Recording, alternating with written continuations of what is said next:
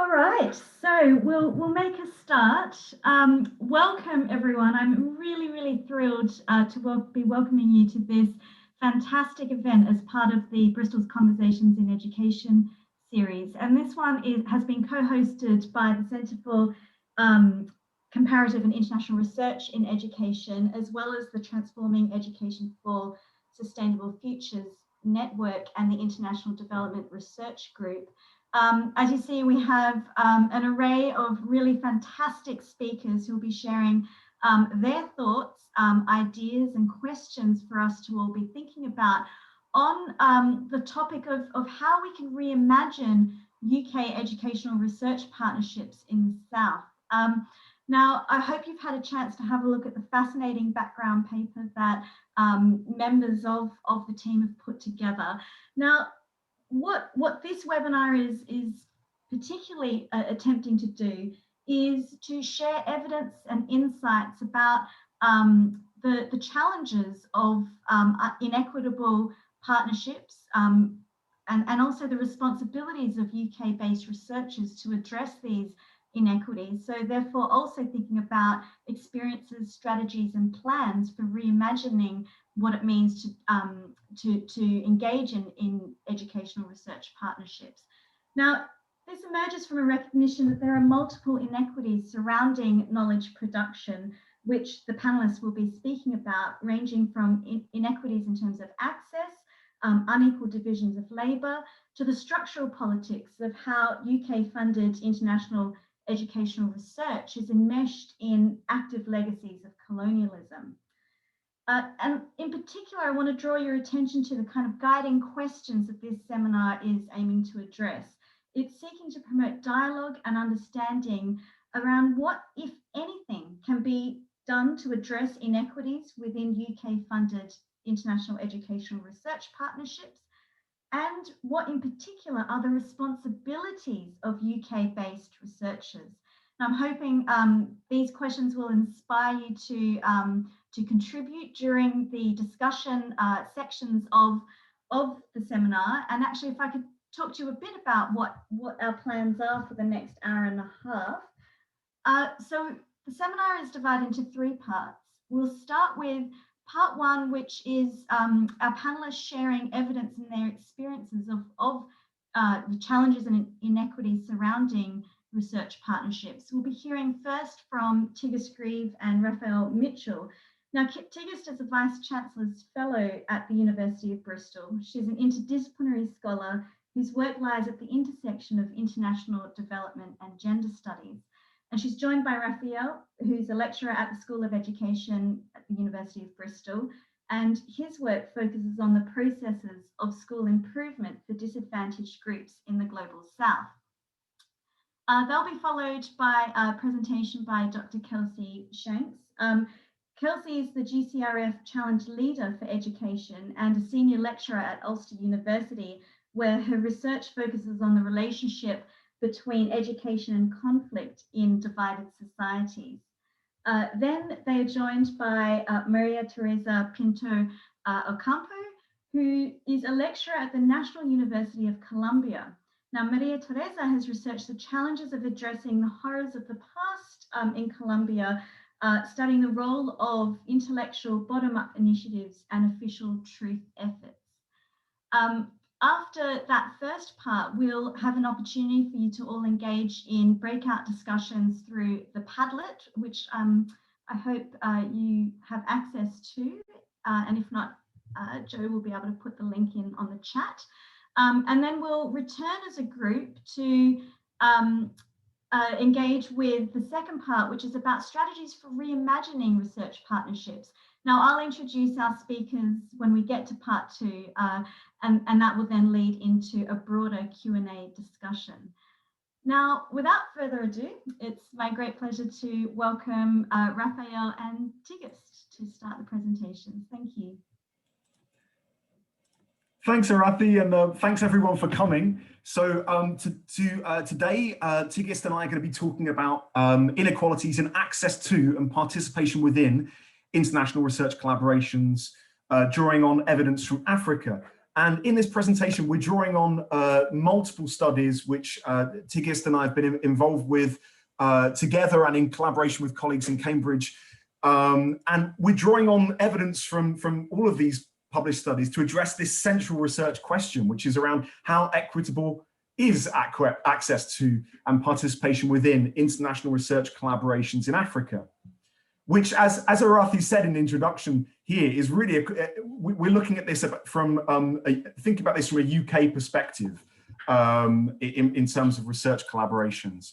When we talk about access to, we can think about this in relation to how equitable is accessed by country, by institution, by gender, etc. But we'll be looking at in terms of these issues today. So a word of background then, a kind of context. What we see in terms of research publications from sub-Saharan Africa in the education space is quite stark disparities really in national research outputs in this area. So drawing on evidence from the African Education Research Database with more than 3,000 studies in, what we see, which incidentally doesn't include South Africa. I've put South Africa at the top of this chart just because we know South Africa is publishing the most education research outputs, more than 3.5 times more than the second most prolific country, Nigeria. But this is what you see.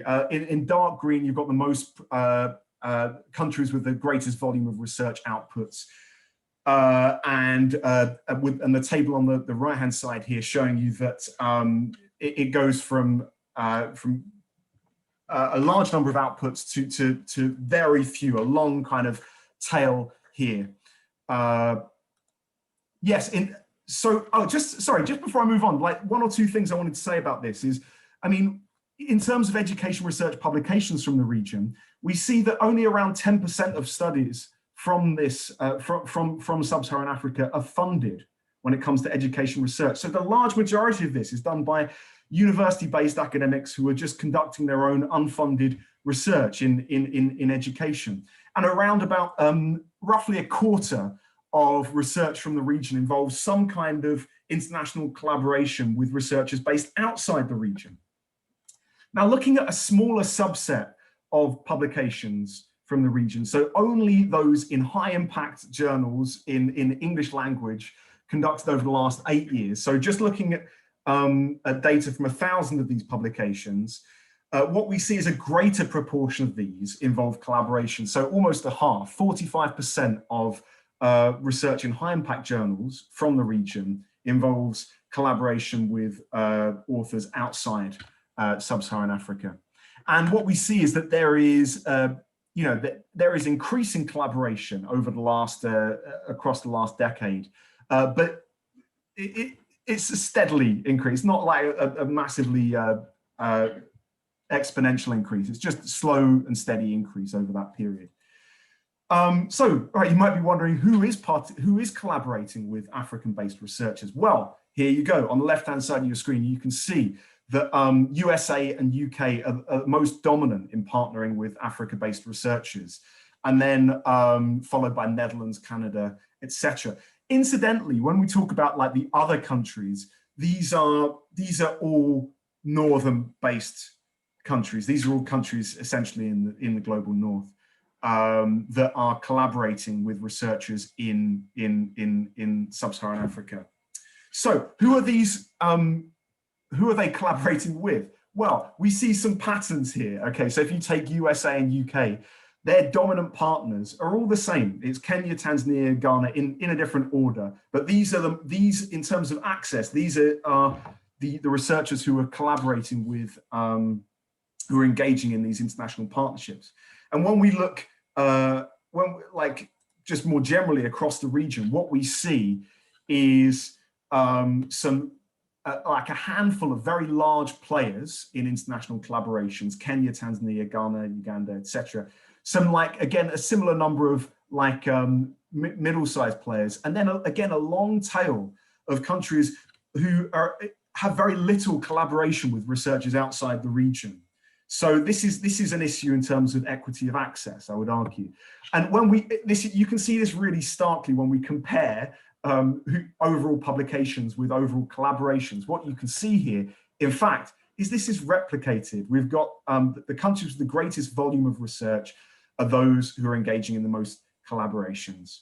So that's an issue. This is the first headline finding, if you like, that education research collaborations are really concentrated in those most prolific countries, and many countries are kind of overlooked in these research collaborations. But let me hand you over to Tigist to explain more. Thanks, Raphael. So my objective here is to look into this, if you like, with micro lens, asking what's going on beyond the headline figures about access and participations, which we've learned from Raphael's presentation a moment ago. So our findings are that many of the institutions working in collaboration with Global North based institutions are generally large, well-established, and in some cases, elite institutes. All these institutes are active in research and publication, but they have varied outputs. As you can see here, it shows the most productive by outputs. These tend to be well-resourced institutions, which enables them to deliver on set objectives. Some are, in fact, well-resourced to the standard of the Global North-based institutions. They tend to suffer less from digital divide, for example. All these characteristics does have its benefits. So even within a given country, some institutions have many international partners where others have none. You can see some countries are repeatedly coming on this chart as well. It is important we pay attention to these drivers of inequalities between global south-based universities and the institutional factors that perpetuate them. Two major concerns from the global north-based researchers are, for example, competitiveness on bid. So choosing to go with well-established global south-based institutions pays off in that respect. The second concern is about global south-based institutions' capacity to deliver on the objectives that are set. So not having a track record, for example, is a concern. In paradox, this is also a concern for global south-based colleagues, saying how can emerging institutions like mine build a track record they need in order to attract partners if they are not given a chance in the first place. So we know such disparities exist, and if ignored, this can be reinforcing processes that further compound inequality, which can potentially undermine the GCRF set objectives, for example, for equitable partnership. So the role of universities and scholars in the global north can be a disruptive one, or that can reinforce existing inequalities. As you can see from the quote from a participant, the nature of partnership is predictable from their perspective, and it's managed by few. At this point, there is a call for global north scholars to reflect on our practices, who are our partners, who are we collaborating with, and can we recognize our roles? Over to you, Raphael. Thanks, Tigist. Okay, right, let's think about access in terms of gender. Now, when we look at education publications from the region, we see that that around 30% of authors of education publications are female and around 70% are male. And this reflects, in fact, the workforce in terms of who's working in education faculties. Right, so what do you think? Let me ask you in the room, like, what do you reckon? Do you think international research collaborations in the area of education are reproducing or disrupting these inequitable, these disparities? Let me put it that way. Bearing in mind, like DFID and other like big funders are centrally concerned with issues of gender disparities. So I've given you a minute to think about that, but this was quite shocking to me, this figure. What we see is that international research collaborations are exactly reproducing the existing disparities that exist in publishing. So they're not serving to disrupt this, which is something that I think we all need to consider in partnerships. Yeah, Tigist, please. So when we looked at the individual level, what we are seeing here is that structural advantages and disadvantages are being reproduced than being disrupted. So with PhDs, people with PhDs from the global north tend to be invited to joint bids or joint publications. They have access to workshops via their supervisors or peers that they've studied with, which sometimes means opportunities are often personal relationship based rather than institutionalized ones. Without studying in the global north, there is a lack of social capital to tap into those resources. So if you like, a barrier to access. In terms of leadership, when we look into leadership, Raphael's recent research found that in discussion between academic leaderships in 13 institutions, all but one of the senior leaders had a PhD from North-based universities. So no access to knowledge in terms of identifying funding, having no one that can walk them through the bureaucratic space of accessing funding. For example, simple things like sorting out your CV to the standard expected in the application forms are hurdles that are experienced by some of our collaborators. So in conclusion, there are roles in the global north-based, for global north-based academics in recognizing inequality and exclusion based on various factors like ethnicity, political affiliation, gender, or structural inequalities. Thanks, Tigist. Okay, so we've talked about access, okay, but another key issue is the equity of participation within these international research collaborations, which we do have evidence from. And in fact, there's a lot of, there's a lot of literature on this in terms of who's establishing a research agenda is a key issue. How equitable is the division of labor and reward? So that's what we're concerned with when we're talking about equity and participation in these partnerships.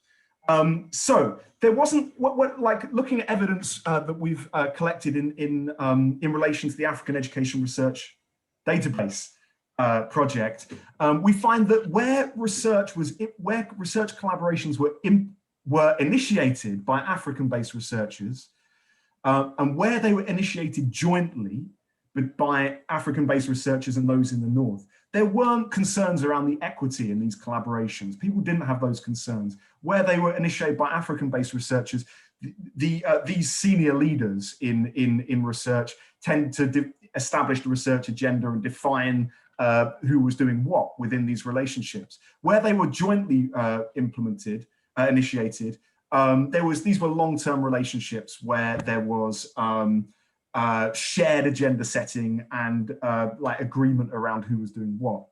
The only concerns, in fact, arrived in relation to the northern initiated partnerships. And here it was 50-50. To be honest here, it's completely 50-50. Half of them were positioned African researchers essentially as data collectors, implementers of studies wholly designed in the north, whereas the other half were involved greater collaboration. Okay, so in terms of African researchers as implementers of northern design studies, these were some quotations that we saw. Like the whole idea for this project had been conceptualized, the proposal had been written, the grant had been won before these things got to us. So that was one quotation from this research. Another one, next time I'm asked to be involved in this kind of research, I'm going to demand that I'm involved in the conception, because you want to make sure that the issues being addressed are relevant to your own context. Okay, so these were voices of African-based researchers, sometimes senior leaders. I've got to say, in terms of the implementing side of things, this includes some junior researchers who hadn't been involved in many projects before, who were grateful to be involved in these partnerships, but also some very senior leaders of research who found themselves kind of put in this role of data collector without adequate consultation. Conversely, as I say, more positively, half of them involved equitable collaboration, and here consultation and flexibility have been put there right from the initial stages of proposal development in the research designs. Okay, this is some wording I've taken directly from such a proposal. The research questions of this study were developed in consultation with partners and will be further refined at the outset of the study. Very, when you look at it this way, it seems quite easy to do. Okay, it's not rocket science. There's education research, obviously, but it's not that difficult. This is what we found where things were described as equitable. This had been put in the proposal itself, these kind of wording.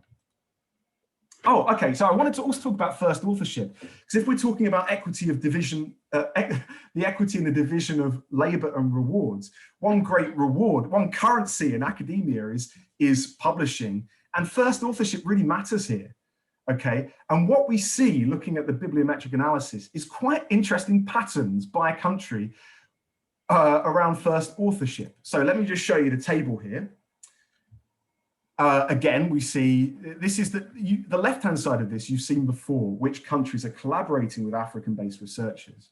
But here, this is quite interesting. So let me just focus your attention on two of the countries. So when it comes to Netherlands research in collaboration with African-based partners, over 70% of the Dutch research collaborations with African-based researchers involved an African researcher as the first author, over 70%. When it comes to the UK, it's around 30%, similar to the US. So something is going on here in relation to these research collaborations. There's a pattern. I can't say why this is, but I think my guess is that it reflects something about our research environment here in the UK and there in the US, which is slightly different to what's going on in the Netherlands. But I'll leave that with you. It's a question. I'm not going to answer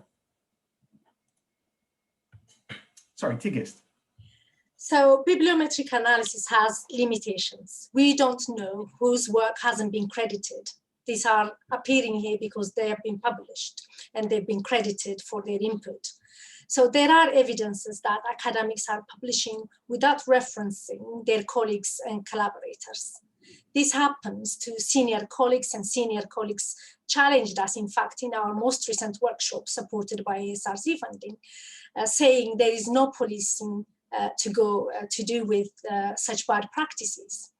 So if it happens to senior academics, we can imagine it being worse to junior academics in terms of their experience of not being credited for the labor of their work or relegated to data collector kind of role. So in conclusion, what we see is there is a scope for increasing equity, and our aim here is to stimulate debates and discussion to productive end. So how do we increase equity? There is significant scope to increase equity. The reason we presented it here is that we all have a role.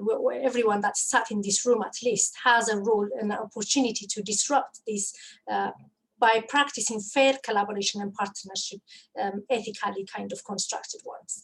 And GCRF in a way has paved way for this to happen by specific instruction, giving specific instruction for us to seek and to foster equitable partnerships. The role of universities and scholars within them in the global north, therefore, can be a disruptive one, or the one that reinforces existing inequalities. We have to look deeper into these inequalities. Are we researching or are we reaching out to the marginalized institutes and into the periphery, or are we going back and back again with those who are similar to ours? Thank you. Thanks. Thank you so much, Tigist and Raphael. Some really powerful evidence that you presented there, but also really important questions about our responsibilities to ensuring more equitable access and participation in our research partnerships. I'd like to now ask Kelsey if she is ready to present her presentation. Yeah, just let me try to share my screen. Did that work? Yeah, okay, great. That's the first obstacle. And everyone can hear me, which is good. So as you said, my name is Kelsey Shanks. As per my introduction, I'm the GCRF Challenge Leader for Education. I'm also a Senior Lecturer at Ulster University.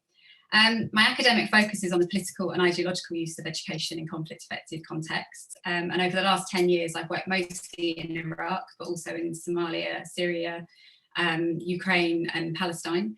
And because of the focus of my work, GCRF have asked me to help them better understand some of the ethical challenges faced by researchers working in conflict-affected contexts. And I've been working on the premise that achieving ethical research in these spaces isn't dependent solely on researcher activity or data collection, but also on decisions made across the entire timeline of a research project. It's necessary to interrogate the whole research environment, from funding models to dissemination plans, and to critically reflect on how each aspect acknowledges and responds to fragility in an ethical manner. And achieving equitable research partnerships has been central to every element of that investigation as we've moved forward, and seems to be sort of the key point of ethical working relationships. So I'm just going to spend the next 10 minutes drawing out some of, I just realised, yeah, I'm on the right slide, some of the key points that have come out of this investigation that we've been doing. I've only got 10 minutes, and I'll try really hard not to go over time, so there's going to be quite sort of key points, and some of it will be a little bit repetitive of the last presentation, but maybe we'll unpack some things a little bit further. So just to sort of reiterate the problem in terms of equitable partnerships in fragile environments. Research in fragile contexts has traditionally been facilitated by one of two funding streams: either commissioned research that tends to have a narrow focus and represents the interests of the contracting organisation, whether that be a humanitarian organisation, a government agency, etc. Or academic research, which it tends to be more open in focus, but is dominated by generally Northern academics and is restricted in terms of their interpretations of research need as being external actors to the context. So consequently, the practice of excluding local actors has been pandemic in fragile contexts, and especially conflict and violence, contexts affected by violence, with both commissioned research and academic funding models serving to perpetuate Northern control of knowledge construction in those environments and constructing the narrative of what comes out of really fragile spaces. And this domination of knowledge production has resulted in cycles of parachute or hit and run research, both in commissioned and academic projects. Researchers from the global north frequently drop into fragile contexts and use local collaborators nearly as data collectors, without taking the time to learn or acknowledge the amount that they actually bring to their projects. And there's a persistent failure to recognise the knowledge and expertise in these environments.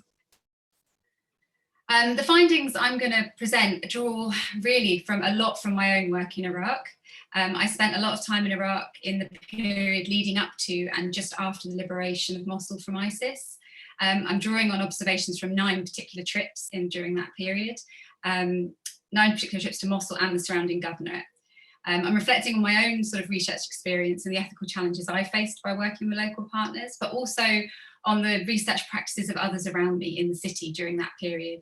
And then to build on those observations, and thankfully with the help of GCRF, we've also led 3 different workshops in different locations. So we did Bogota, Dhaka and Amman. The events brought together relevant sort of local researchers from across the regions, practitioners and policymakers, to discuss the challenges and opportunities created by conducting research in emergency and conflict-affected contexts. It was education focused, and they were run in collaboration with the INEE. And unfortunately, the findings from this work suggest that despite the promotion of funding streams such as GCRF and the ethical and practical advantages, the establishment of genuinely equitable partnerships continues to be quite evasive. Equitable collaboration in fragile contexts often remains merely a tick box exercise, while researchers in the global north are understood to be increasingly committing to increased visibility for their partners and fairer working relationships. They tend to disconnect these promises and these proposals from the skewed power relationships within which they're working. So despite the aims of GCRF and the aims of us as a Northern research community, it's not necessarily practical to achieve what we're trying to achieve. And there were 4 key areas that were drawn out during this research that kind of highlight where hopefully we can, well, collectively as an academic community can address, but some of them are a little bit more structural. And so the focus of this work has been to inform funders on how they can better support researchers rather than ask researchers to do it themselves in abstract. So the first of those is administrative limitations. And this was really more focused on the academic projects than it was the commissioned, but I think it relates to both in different ways. In the interest of time, I'll just go through a few of the different issues that are raised under this heading. So firstly, funding calls continue to stipulate that the role of principal investigator or lead researcher must be taken by the academic partner in the UK, and GCRF are guilty of that, and they're very aware of that. The internal kind of mechanisms for grant calls within the councils and across UKRI haven't been set up for it in some councils. They just don't have the capacity to change. They recognise they want to change it, but it is a hugely problematic if we're asking for equitable partnerships. Or in commissioned research projects, as in the case of Mosul, international rather than local consultants were requested. Very specifically, the funding line came for an international consultant rather than a local one to actually lead research projects. In collaborative projects then therefore begin with this imposed hierarchy that doesn't necessarily reflect the expertise within the team, which is obviously hugely problematic when we're talking about partnership. Second, once the projects are established, the subsequent administrative procedures between universities or organisations and research organisations contribute further to the division of power. They often fail to acknowledge the different working environments with incompatible procedures and mechanisms that prioritise either sort of UK university working realities or UN organisation administrative and bureaucratic systems. For example, inappropriate funding models based on reimbursement remain prevalent. They ensure economic control remains in the UK, not only creating and enforcing power dynamics between partners, but also generating an added financial burden that isn't viable for many academics in fragile contexts. The fact that money transfers between the UK and fragile contexts are also frequently delayed and obstructed further compound this kind of vulnerability of the academic partners that I've been trying to work with and others were sharing. Finally, partnership documents are rarely translated into appropriate languages, creating a lack of clarity around essential issues like reporting or payment schedules. This becomes increasingly problematic when considering that those contracts typically start from the premise that the intellectual property produced through the partnership is owned by the UK university also. Next, this touches on what Raphael was talking about just a minute ago, the academic incentive structure. So it's acknowledged by participants in the workshop that the very foundation of academic partnerships, oh, hang on, I've mixed up my notes. I'm on the wrong one, sorry. I'll go back a step. My technophobia is showing through. Sorry, unequal burdens. So it's acknowledged by partners that the very foundation of academic partnerships between those based in the UK and those living in fragile environments is based on unequal burden and burden of risk that's very, very rarely compensated for. In this sense, local scholars face increased risk generated by the number of different factors. In fragile and conflict-affected contexts, the subject matter, no matter how innocent it may seem from an outside perspective, can be very easily politicised and can be very sensitive. And that can apply to education and service delivery, I'm sure, as most people are aware. Shrinking academic space can also result in local community retaliation or investigation by security forces for engaging with politically sensitive or perceived as politically sensitive or potentially compromising information. The physical act of data collection can put researchers under added strain to visit insecure areas, to reach vulnerable populations, to sort of fulfill their partnership agreements. And being the in-country partner also creates an added risk of mental and emotional health burdens for researchers working on difficult topics. Researchers who have to document and retell potentially harrowing stories, they're often part of their own everyday lived experience, are at the risk of inducing secondary trauma.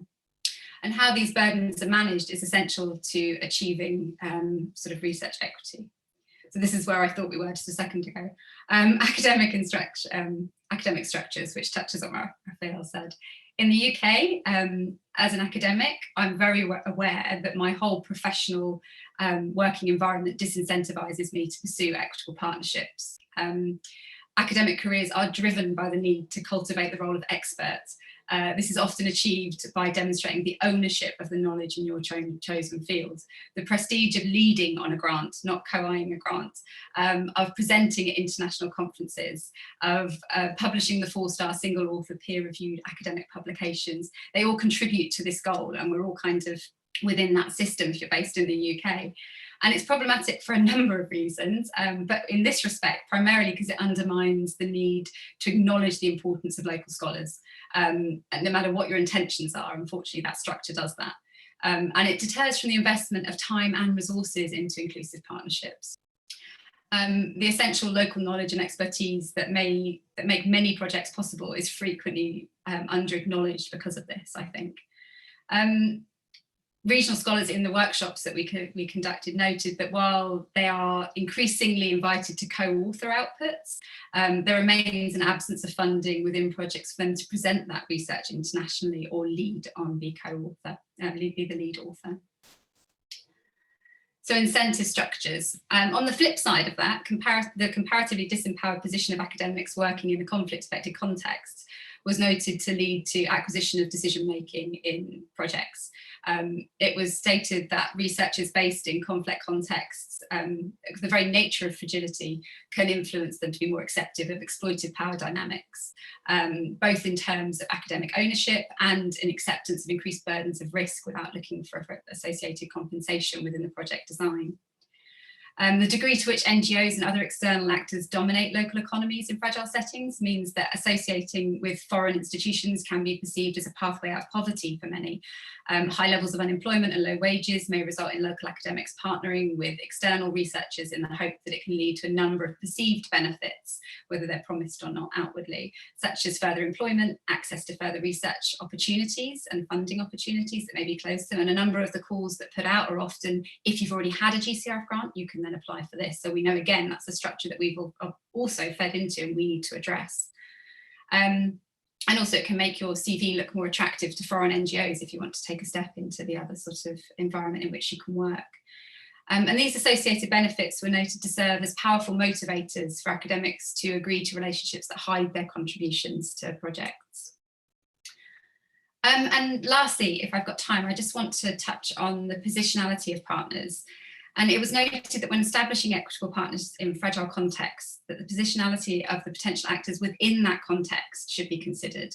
In other words, in fragile environments, it's important to think about equity, not just in terms of North-South partnerships, but also an equality of opportunity within the research environment itself. In regions that experience insecurity, there are frequently areas that of relative stability that become hubs for international researchers. Travel outside of these hubs is either deemed not safe for external researchers or prohibited because of our restrictive university insurance policies. And this results in an abundance of partnerships forged out of desperation to deliver projects, and as was mentioned in the previous presentation, perhaps with already formed projects looking for partners, unfortunately. But it also risks specific research on a specific location and an increase of research within that limited geographical location. So it misses the whole area of the conflict that should be being sort of researched. And this geographical restriction may result in partners with an exclusive identity group. And as such, research partnerships may serve to privilege that group over others in the context. That can also have, some of the other research we've done around this is also how that impacts research design, but I won't go into that now. Workshop participants noted the issue of language as well coming across in partnerships, and how Northern partners privilege those who speak European languages at the expense of others, regardless of the actual language of the country in which they're researching. And it must be considered that fluency in a second language will inevitably correlate with a form of privilege such as class, age, gender, or ethnicity.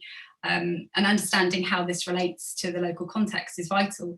From the very onset of a research project, the choice of partners will privilege an academic institution over another. Research projects by their nature include resource transfer such as money, infrastructure, and skills. And they also communicate implicit ethical messages. For example, partnering with a particular ethnic group, or a choice of security infrastructure that you're using in that context. So understanding sort of the ethical implications of in-country partner capacity development is really important from a funder's perspective. It's important to unpack how numerous funded partnerships with one identity group might interact with the wider conflict, possibly contributing and reproducing the same unequal power relations that privilege some members of society and marginalise others. And I think that's one of the key things that we're taking out of this research, is to ensure that we're mapping exactly where that might be happening. In the case of Mosul in Kurdistan, in the case of Mosul in Iraq, the Kurdistan region of Iraq provided a perfect example of this, where the relative safety of that region and the use of English being more prevalent meant that there was just a hub of research activity in the Kurdistan region. But what this also meant was that Kurdish researchers were acting as gatekeepers for Arab and Yazidi narratives without much consideration for the historic ethno-political and social divisions of those community groups, which will no doubt not just lead to inequitable partnerships with the wider community, but will also influence the research that's being done and how the narratives are being told, which is highly problematic. So while partnerships offer the potential for more ethical and just mechanisms for knowledge production, their actuality is deeply problematic in conflict-affected contexts. This is somewhat unsurprising given the partnerships require engagement with contexts that are already deeply entrenched with cultural, historic and economical hierarchies. Real progress will require power dynamics to be recognised, interrogated and forefronted in the process of research partnership negotiation. Funders, research institutes and scholars cannot merely call for better, and to be honest, I want to say funders cannot merely call for better and more equitable working practices. And then I know that the premise of the workshop was what can we do as researchers to ensure that happens, and there are areas to focus on, but I do think there are some more structural issues where funders have to be more engaged in and acknowledge more of the restrictions that researchers are trying to sort of navigate when establishing these partnerships. And while the development of guides and standards on fair working relationships are really welcomed, they must be examined in light of the persistent systematic obstacles that serve to obscure equitable partnerships and serve to obscure and prevent ethical knowledge production in some of these contexts. So I will leave it there. Thank you. Thank you, Kelsey. Another profound presentation that we've all heard, and I think what you've done is revealed a number of the uncomfortable truths about academia and academic research and how this plays out in terms of partnerships, but also I think inspired the need for a radical reimagining of it, which I can see this panel is precisely trying to push us to think towards. So thank you. Now we have Maria Teresa, if you're able to share your... Yeah, I think I'm beginning to share my, no, not yet. My screen, let me do this. Am I doing it correctly? Give me. Better. Yes. So thank you. Let me take a note of the time. So thank you very much for the invitation. It's really an honor to be here. I'm joining from Colombia. So hello to everyone. I see that there are people from the other side of the world. So this crazy time makes me feel a little bit, I don't know, happy to see that we connect so widely. So, and it's really an honor to be here. And in my case, I will be sharing mostly experience, not kind of the evidence-based, but mostly experiences that we have had together working with UK partners and in general working in Colombia around partnerships. So yeah, that being said, I will move on. And as well, I think that the sharing that I'm going to bring with you is as well based on the idea that in my own country, I do have a privilege as well. So I'm not only a kind of lecturing UK scholars or European scholars, but thinking about my own place in research. So yeah, that's kind of the reflections that I'm focusing. And yeah, and a lot of it is provocation. So it's things that we have been working with. It's not kind of definitive solutions or ideas, but just kind of a working through discussion. So yeah, that's it. So let me, yes, I did it. So about the title, I work something like inequalities in research partnership, working around and against privilege. And this is kind of the first provocation that I want to share with you, because I'm not sure yet if we are able to work against privilege or we just work around it and we try and work with it as well. I mean, we use privilege as well in a positive sense. So yeah, this the first arrow going around is that idea that we work around it and we are never able to properly challenge it and debunk it. But on the other side, there are other moments where I do feel that we are challenging privilege and we put practice in our research that we really try to move on the challenges. So this is kind of the first provocation that I want to share with you. And the second one is the question of what type of privilege we are working with when we work with this type of context, and when we do research in the global south, in the third world, in the periphery, whatever you want to call it. At the end, is kind of the same. And is the idea that, and I love this image because it's the white man's burden. So the idea that Europe and the US, you see the UK man and Sam, El Tío Sam, with the global south, with the third world countries kind of burden and trying to move us further to I don't know what, civilization, justice, whatever you want to see it. And I love that image because I think that a lot, of course, and the presentation of this event spoke about coloniality, and I think it's very important that we openly discuss this. And I think in many sense, this colonial perspective is still embedded in the way we think about research. Is the idea that we are bringing development to the global south, and these poor people are not able to do it by themselves, so we have to go there and save them from themselves, of course. So I like a lot, and we at the end we just laugh about it, because a lot of the international calls that we have presented with the UK partners, and that we have achieved, some of them, a lot of them are based on the idea, and I think the previous presenters addressed this as well, the idea that the UK brings the expertise, the knowledge, because of course we third world people don't know how to handle our own problems. So you have to come here and save us. You bring the knowledge and we put the problems. So this balance of the way we think about research is based a lot in that idea that UK bring the expertise. And of course, UK and Europeans don't have any not embedded, and any responsibility on the problems that we face. It's like, yeah, your problems that you somehow arrive to them, and we just want to save you because we are so good and great. So I think that's very important kind of to address.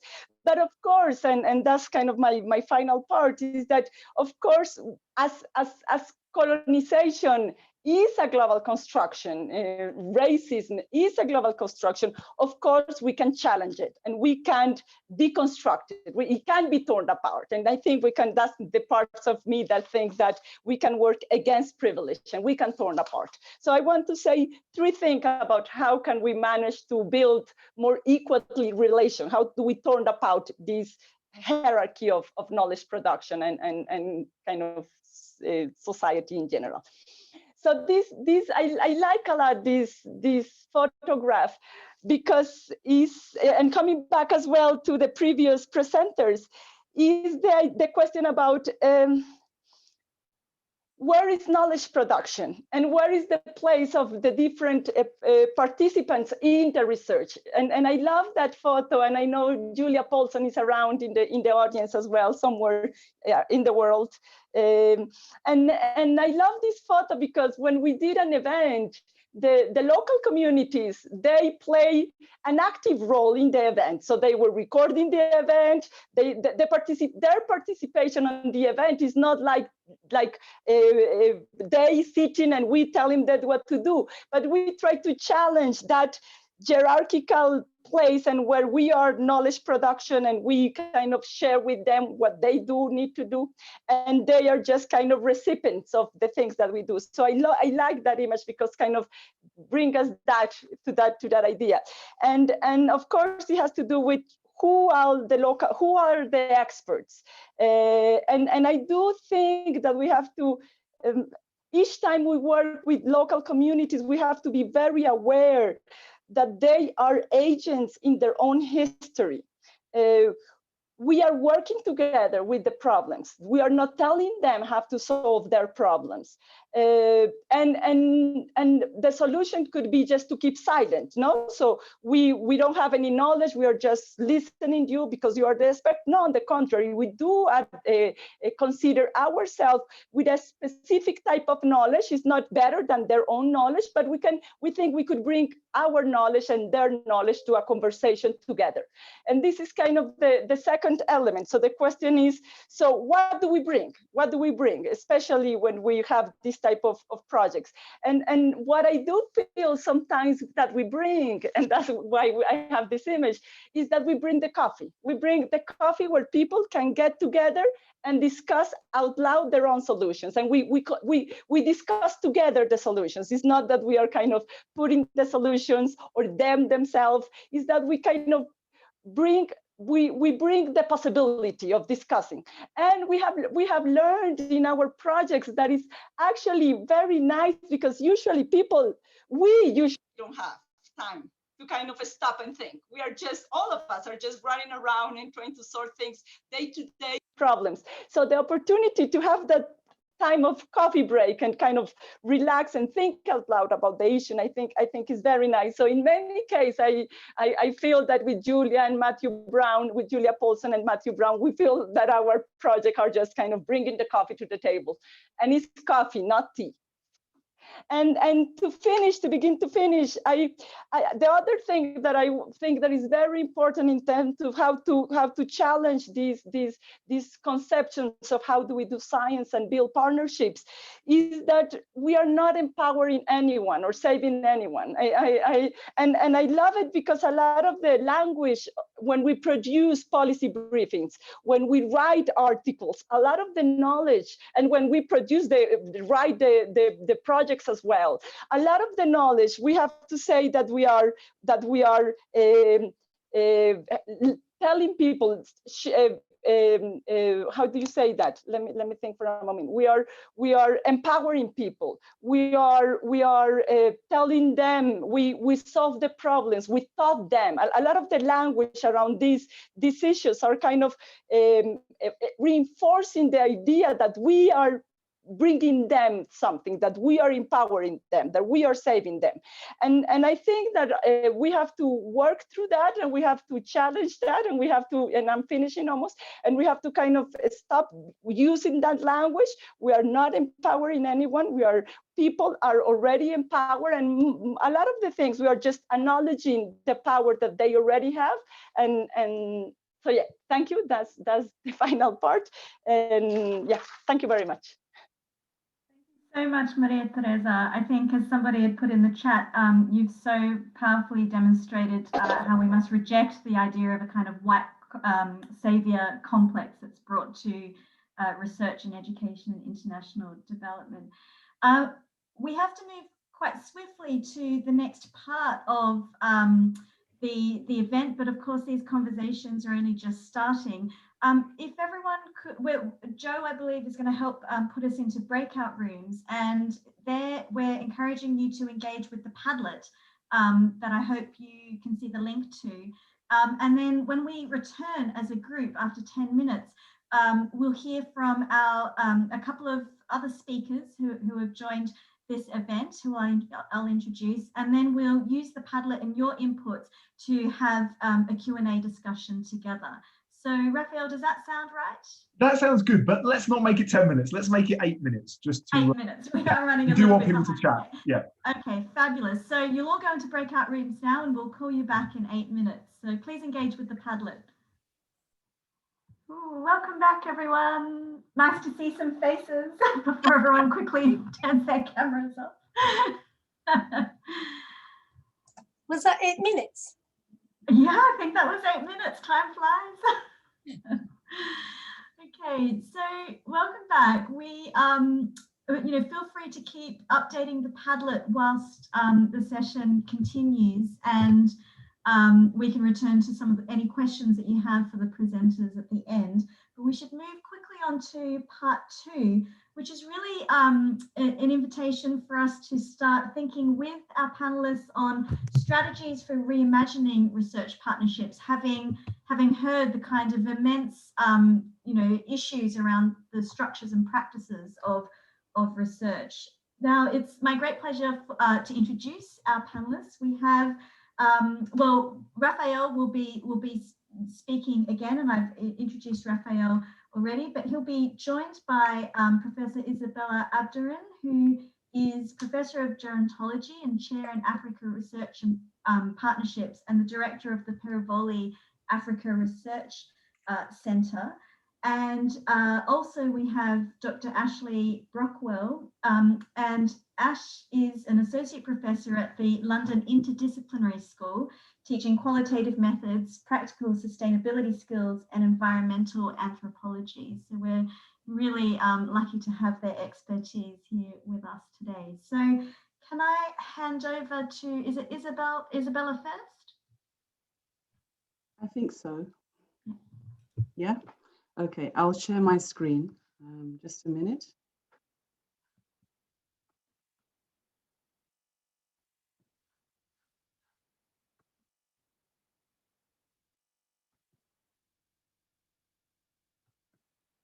It should be on presentation mode now. Can you see it?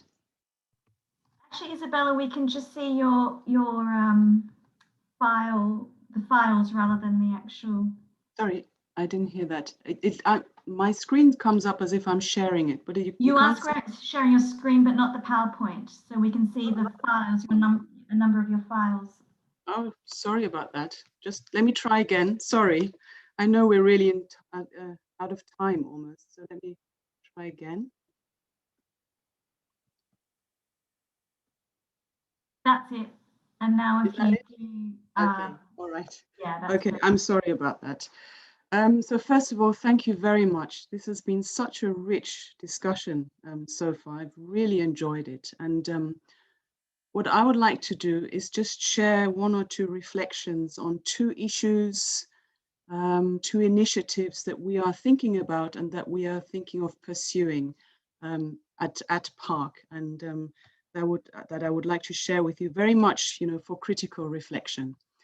And I want to sort of take my cue from one of the guiding questions that you posed for this webinar, which is what, if anything, can be done to redress the inequities within UK-funded international research partnerships.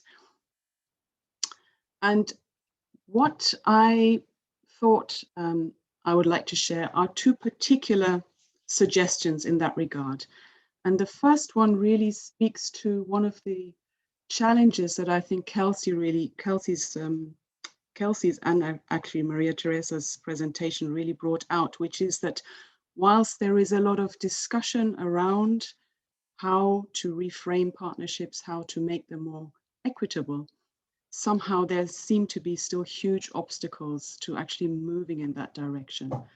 And I would like to suggest that one of the things we could think about and consider is the need to frame the debate on partnership inequities and frame the debate on the need for redressing them more explicitly as a development issue. And I say this now in particular in relation to Africa, but one could argue that the same might apply to other regions in the global south. So as far as Africa is concerned, I think there's a need to recognize that we are dealing both with power and epistemic inequities in research partnerships, and we heard about that so richly just now. But we're also dealing with an undue reliance and, in some cases, a dependence on externally funded research projects funded by the Global North and that are prosecuted through Global North and Africa partnerships.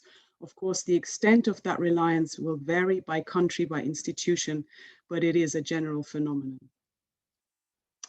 And both of those combined are understood to undermine, on the one hand, the creativity, the intellectual advancement of African researchers, the utility of the evidence produced, the flourishing of African institutions, and taking that together, the development prospects in the continent.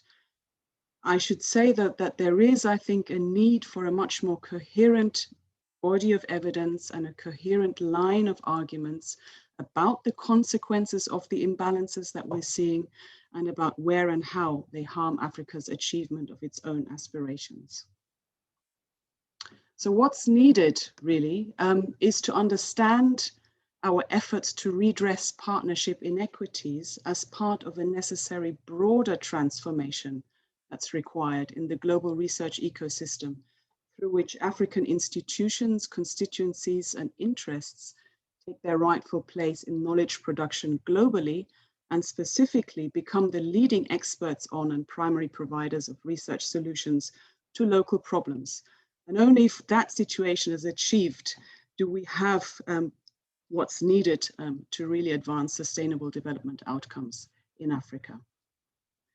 So with that in mind, I think it's important to think about the institutional commitments or the role that higher education and research institutions might play in bringing about that transformation. And doing so, maybe it helps to think about the two sort of different things that are needed here. If you start from this, which looks at, if you look at this field of knowledge production in Africa, if you like, the red circle being Global North Africa Research Partnerships, and the blue circle being partnerships perhaps that are Africa-owned and entirely Africa-led with no Global North interference. So one thing that's needed, and we've talked about this in the previous presentations, is a change in the mode of and in the approaches to collaboration. That's one. The other is a change in overall funding regimes, which in the end will lead to a situation where there is much more research that is led entirely by and prosecuted entirely by African institutions, and perhaps a smaller percentage prosecuted through Global North Africa partnerships. And at the end, you have a situation where the partnerships are transformed and more equitable, and perhaps have reduced in relevance in terms of the overall field of knowledge production. So as far as the change in collaboration modes and approaches is concerned, of course, here we are called upon as individual researchers to thinking about how best to do that. And, as I mentioned initially, there's so much rich thinking and debate and learning going on about that at the moment, of the fruits of which I think we're already seeing in some newly configured collaborations, such as in this network, Raphael, your network, but also in others. The change in overall funding regimes, there's been a debate around that, and models have been proposed about how best to do that and attempts to engage with funders. What hasn't been articulated sufficiently, I think, and maybe it's important to consider, is what is the role of research institutions, of higher education institutions, specifically in the UK now? What can they contribute to this transformation that's needed? And I think there are two things that UK institutions should consider doing individually as well as collectively. And when I say collectively, possibly within the realm of the UUK international network or others that are similar in nature. So the one is, and Kelsey again, I think referred to this, is that institutions can and should actively support and incentivize efforts by individual researchers or groups to change and advance learning on collaboration modes and how to make them more equitable, fairer, and impactful at the end of the day. And this would require modified reward or promotion criteria. It might even require thinking about restructuring, reconfiguring the criteria that are employed for the RAF, for example. At the same time, I think UK universities could collectively inform and support advocacy on change to funding regimes, for example, funding regimes put in place by the UK government in relation to higher education and research in Africa or elsewhere in the global south. Now, because all of this, of course, the change that is needed will certainly and inevitably go beyond the comfort zone, if you like, will go against entrenched interests, entrenched structures, entrenched interests also in terms of resources. I think what is needed are more explicit institutional commitments that universities in the UK make, for example. And here I thought about parallels to the gender equality debate as well as to the debate around civic universities and their responsibilities to their local environments.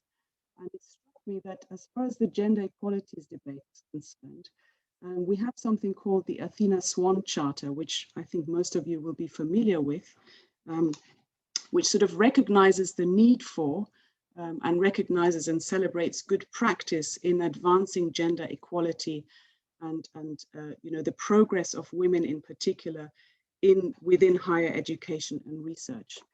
And it seemed to me that what we could think about, what we could envisage, is a similar charter that acknowledges the need for redressing the imbalances in the research ecosystem as far as global North Africa partnerships are concerned, and that also recognizes and celebrates good practice to this end, and that is somehow co-owned by those who are custodians of African development. So it becomes something that Africa's development bodies, if you like, such like the African Union, for example, have a stake in.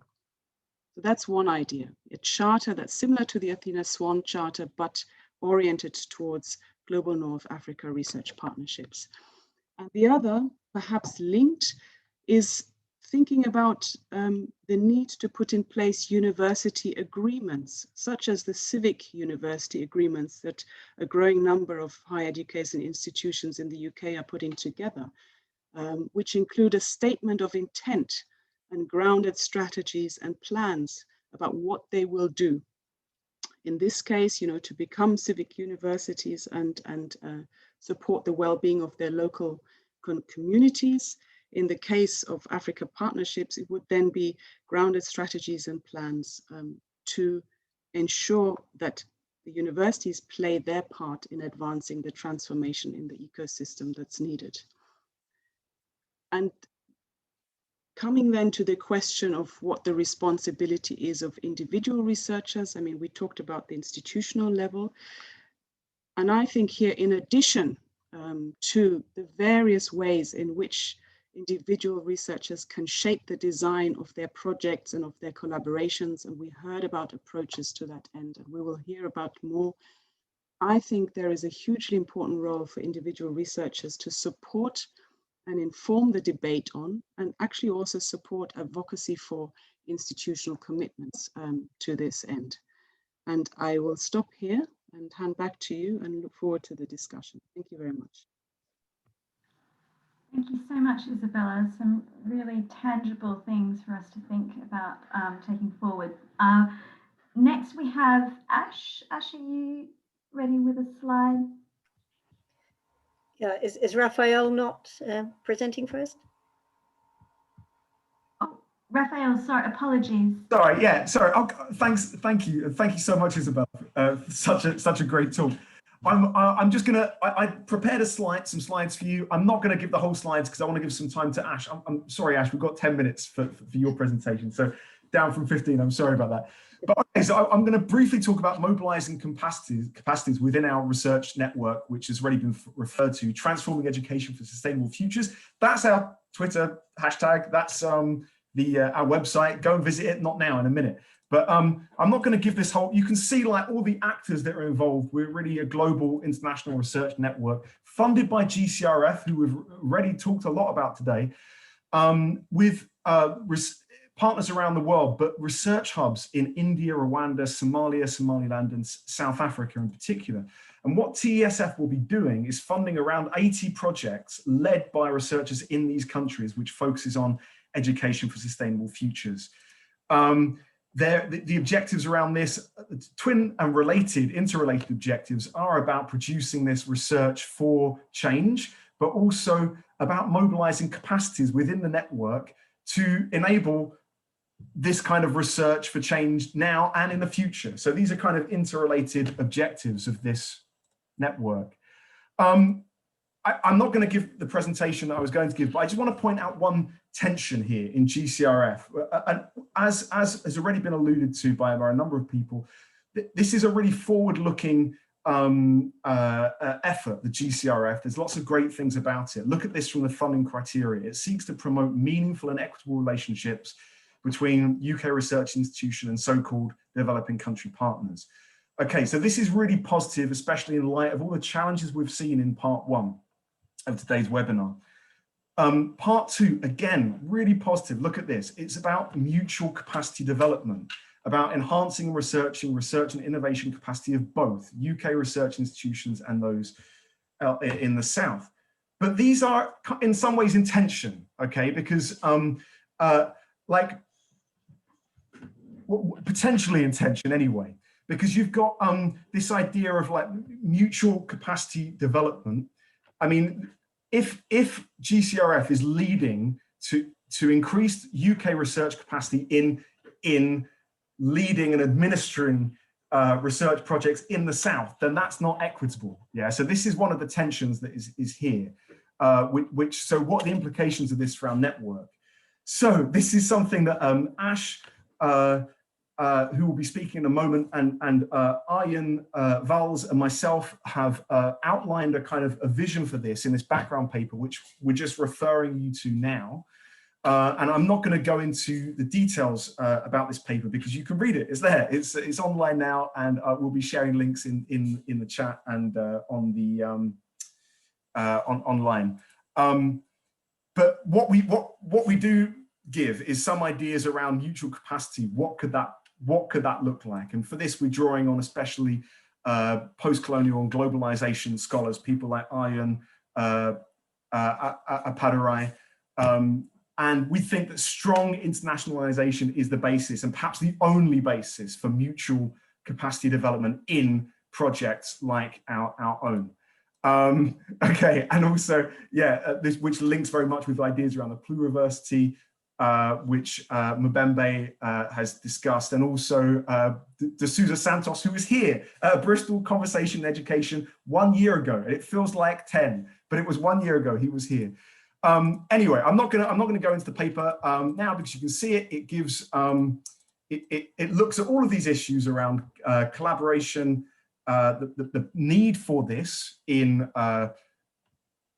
research, looking at transforming education for sustainable futures, the need for partnership for that, in terms of sustainability, and also around transformation, and also outline some principles around partnerships.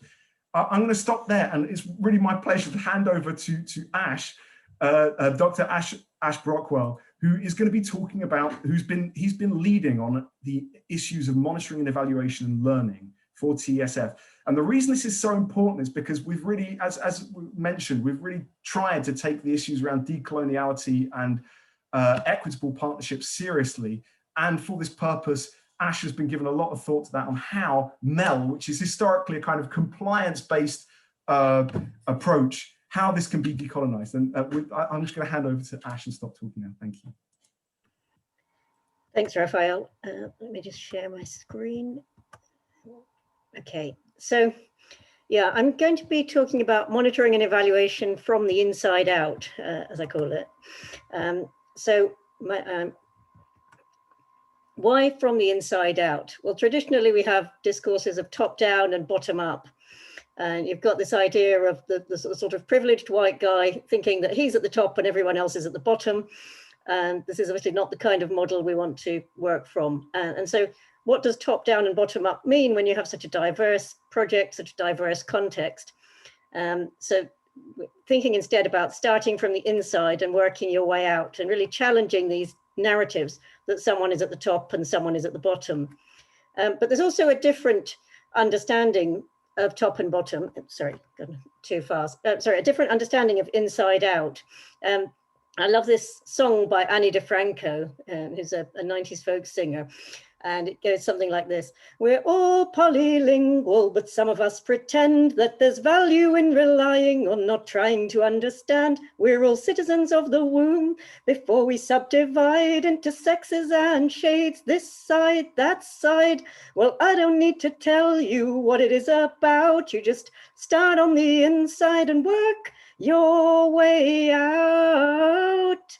So one thing that inside out approaches do is surprise people. They do something that is unexpected and challenges the norms.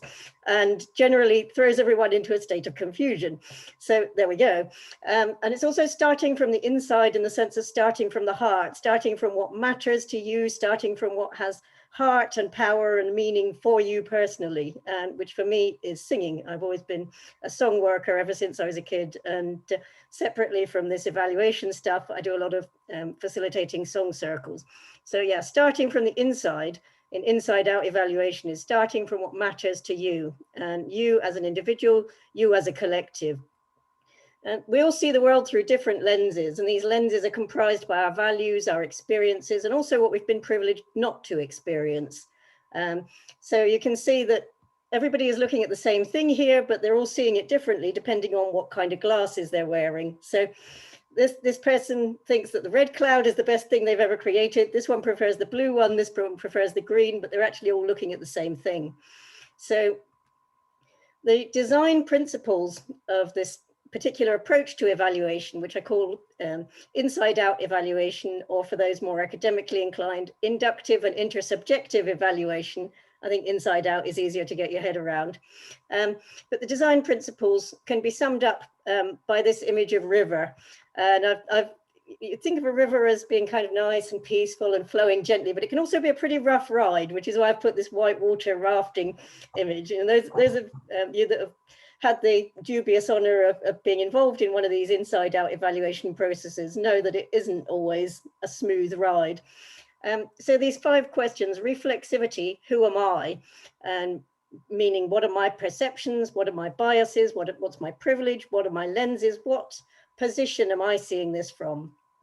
Inclusion, who's here and who's not here? So who's not at the table, and why are they not at the table? Voice, I want to thank my amazing colleague Isaiah Wellington-Lynn at LIS for this. The analogy of muting, this whole process of trying to use Zoom and digital ways of communicating. I love this image and this metaphor, that's the word I was groping for, this metaphor of who is muted and who is unmuted, you know, who is allowed to speak and who is not allowed to speak, who hasn't been given the mic and why. Equity, you've got that nice little diagram, which I didn't put in here, of different people of different heights needing different sized blocks to stand on. So thinking about who needs a boost in order for their voice to be heard, who needs some help to have their microphone switched on, who needs to be made more visible. And then it's revisions and more revisions. So the other principle of this approach to evaluation is it's never fixed, it's not dynamic, because people's priorities, people's values, people's perspectives evolve. And so it's the evaluation framework, the structure has to shift with it.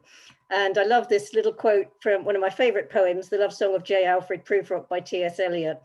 Time for you and time for me and time for yet 100 indecisions and for 100 visions and revisions before the taking of a toast and tea. And so I think, you know, this really sums up what the process is about for me. It's time for everyone. And it's also time to keep revising things, to keep rethinking things, to keep coming up with new visions.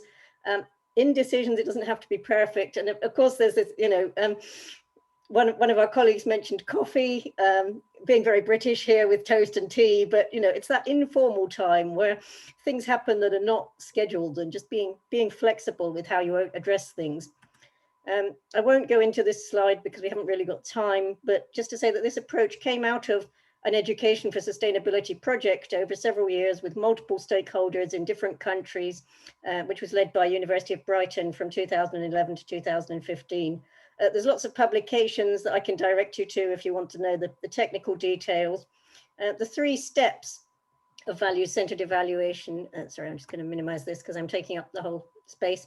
You have elicitation, which is finding out what matters to people. Challenge phase, which is bringing in some sort of other stimulus, ideally from people that are not at the table for whatever reason, and saying, had you thought about this? And then consolidation, which is putting the whole framework together. And it's about embracing complexity. And just the point that I wanted to make about this diagram is that there's a tiny, tiny space in which everyone's values and perspectives and interests overlap. And it may be that you aren't aiming for that space, but you're aiming to get a sort of broad mix of these things that matter to different people to different extents. And so it doesn't have to be everything focusing on shared values, but there's also space for unshared and even contested values.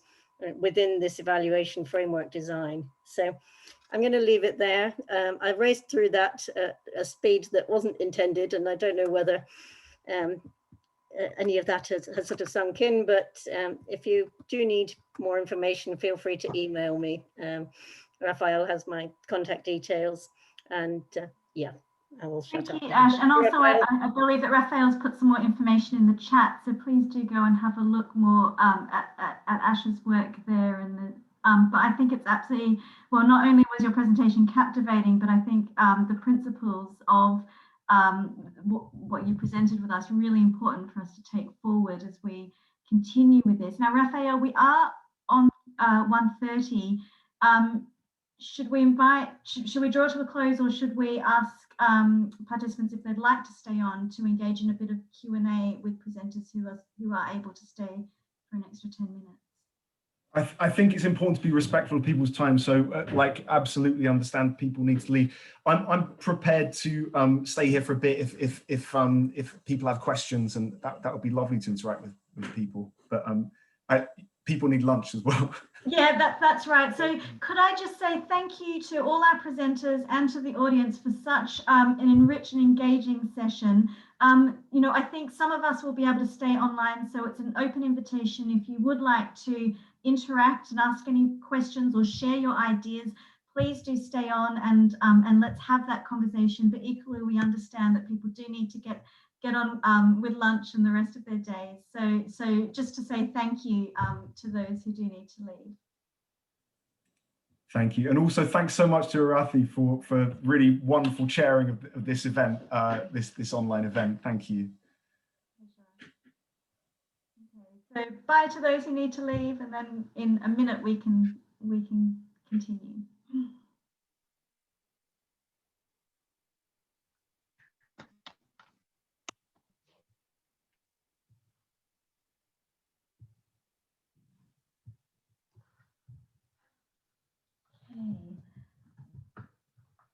So I'm just checking in with the Padlet here, and it's fantastic. There's been so much that's been added to it. I'm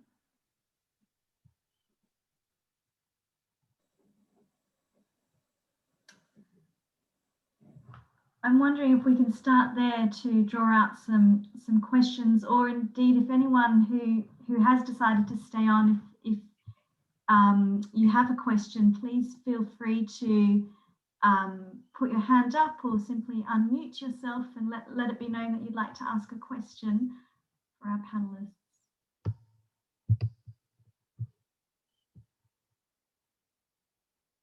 Maybe we can kick off with a question that's in the Padlet. There's an interesting one here that I think would be useful to hear about. What does the landscape of research look like in terms of publications that are not in scientific journals, for example, informing local policy debates? Raphael, is that something that you looked at when you were doing your bibliometric analysis? No, it's not. I really love this question, but it's not something I've looked at. Yeah, I just can't answer that based on evidence. Anyone else have experience of looking at that literature?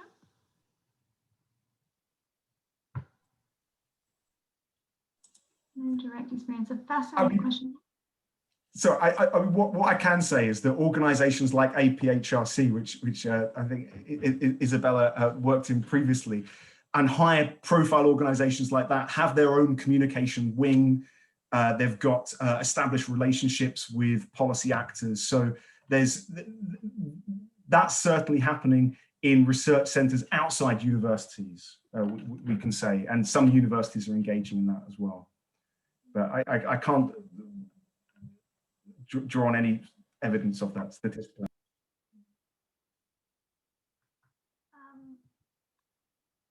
Yeah, just to encourage anyone who is part of the audience, if you would like to ask the presenters a question, please feel free to do so, either typing it in the chat if you feel more comfortable doing that, or putting your hand up and speaking to your question.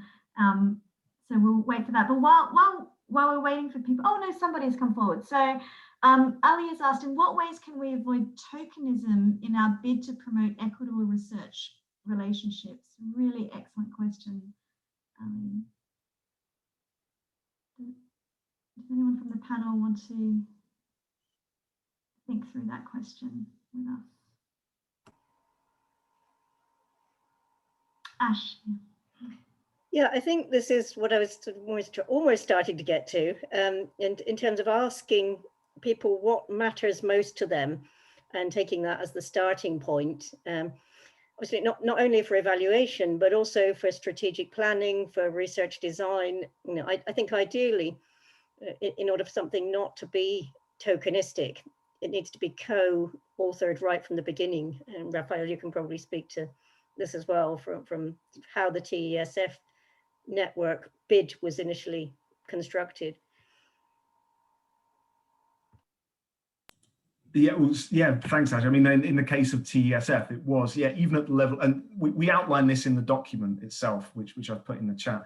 But the from the process of bid development was itself collaborative, and then following that, we had consultative workshops within the team, and then in each of the hub countries as well, in order to identify and refine the research focus. So what this does is it means that the agendas that the research agendas are not my research agendas, they're the agendas of participants in these consultative events. And efforts was taken in these events to kind of try and avoid some of the inequities we've already addressed, you know, that we've acknowledged in terms of who's in the room, who can access the room. That's what I'd say on it.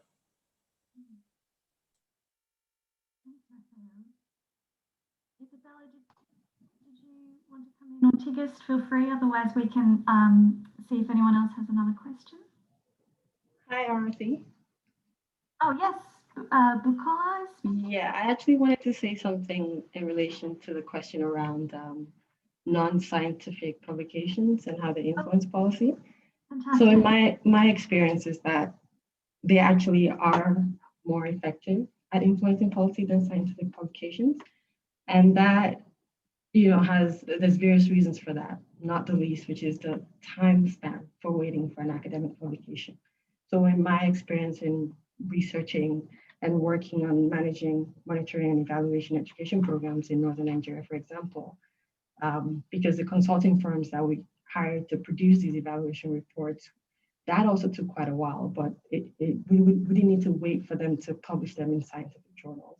Once they had been published and finalized by the team and agreed by the funders, we were able to organize dissemination sessions, which we invited local policymakers and national policymakers to, and during which we were able to get certain agreements that we now followed up on. So I think often in practice, actually, particularly in development intervention programs, we don't wait for academic publications. We wait for the published reports, and based on those, we hold dissemination sessions that we invite policymakers to, and from there we get certain agreements that we can now follow up on. So I think, I mean, in terms of, I think this raises an interesting question of who are those scientific publications for? Because they're not really for policymakers, because policymakers, they're certainly not reading, they're not reading academic articles. And because of the waiting time, you know, before you get an article to be published in a journal, a politician might no longer be in power. So you cannot afford to wait for that time to be able to influence things at the local level. Fascinating. And I think that speaks to Kelsey's point that she made in her presentation about the kind of narrow configuration of rewards in the academy that peer-reviewed journal articles seem to direct researchers' attention, where perhaps we should be thinking about a broader range of outputs, as you're talking about. I think we have time for just one more question, which Elsa Kent has asked in the chat. She said, could you talk a bit about the relationship between equitable research relationships and how this directly relates to creating an environmentally sustainable future? Wondering how these ideas might be connected.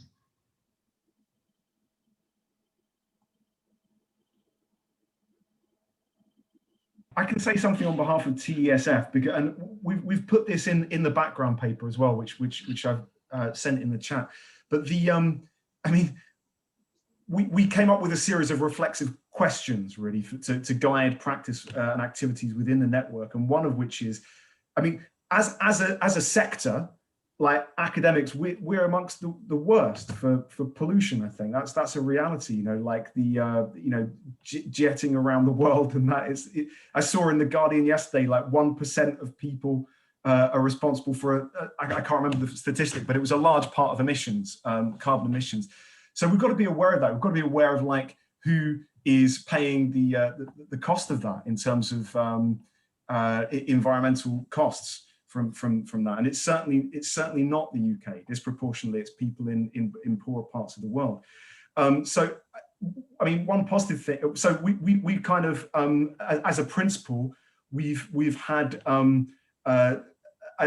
sort to like minimize travel as far as possible, and I think that's one thing that, if we're talking about sustainability and equitable partnerships, that's one thing that can be done, which has actually been greatly assisted by things like Zoom and the pandemic. That's actually helped in that effort, I think, to minimize travel.